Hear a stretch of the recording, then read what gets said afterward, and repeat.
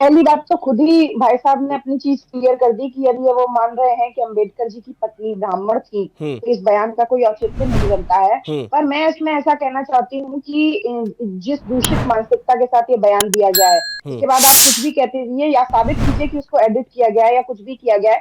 अगर ठीक है आप कन्यादान की बात कर रहे हैं और हम मान लें उसको बहुत अच्छे शब्दों में भी कहा जा सकता था, लेकिन ये संबंध बनाने वाली बात का क्लियरिफिकेशन किस तरह से किया जा सकता है कि अगर कोई उनकी मतलब एक सर्टिफिकेट हो गए, वो ठेकेदार हो गए, जब उनकी बेटे के साथ ऐसा हो जाएगा उस दिन फिर आरक्षण खत्म करने की पैरवी करने लगेंगे। मैं भाई साहब से ये पूछना चाहती हूँ कि कम से कम अगर आप समानता की बात करते हैं तो इस दूषित मानसिकता के खिलाफ आज आपको समानता के साथ यहाँ पर बैठकर उसकी आलोचना करनी चाहिए थी कि अगर समानता है तो सभी की समानता का मतलब आप कह रहे हैं कि संविधान ने समानता सीमित चीजें सीमित की, तो ये सीमित होना कहीं ना कहीं इस तरह की बातें करके उद्दंडता में नहीं आ जाता है?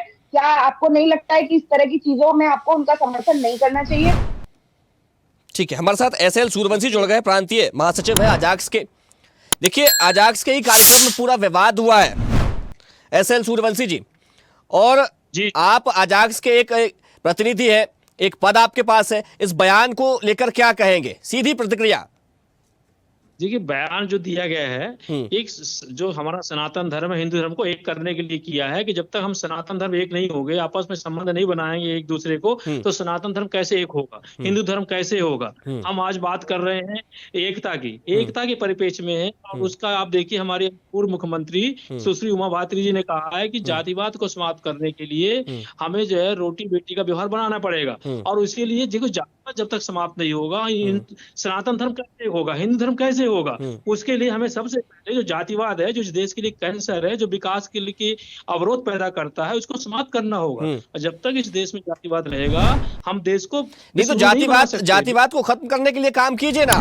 कौन रोक रहा है आपको? हम भी चाहते हैं कि जातिवाद इस देश से खत्म हो, लेकिन अपनी बात रखने का भी एक ढंग होता है। नीकी पर फीकी लगे बिन अवसर की बात, इन तमाम बातों का ध्यान रखना चाहिए ना। बात को किस तरीके से प्रेजेंट किया गया, बात कहां पर बोली गई, किस तरीके से कही गई, किन लोगों से कही गई है, उसका मंतव्य क्या था, उसकी मंशा क्या थी, उसके पीछे छुपे हुए विचार क्या थे। अब इन तमाम बातों को लेकर आपने देखा है कितने बयान और कितनी प्रतिक्रिया सामने आ रही है।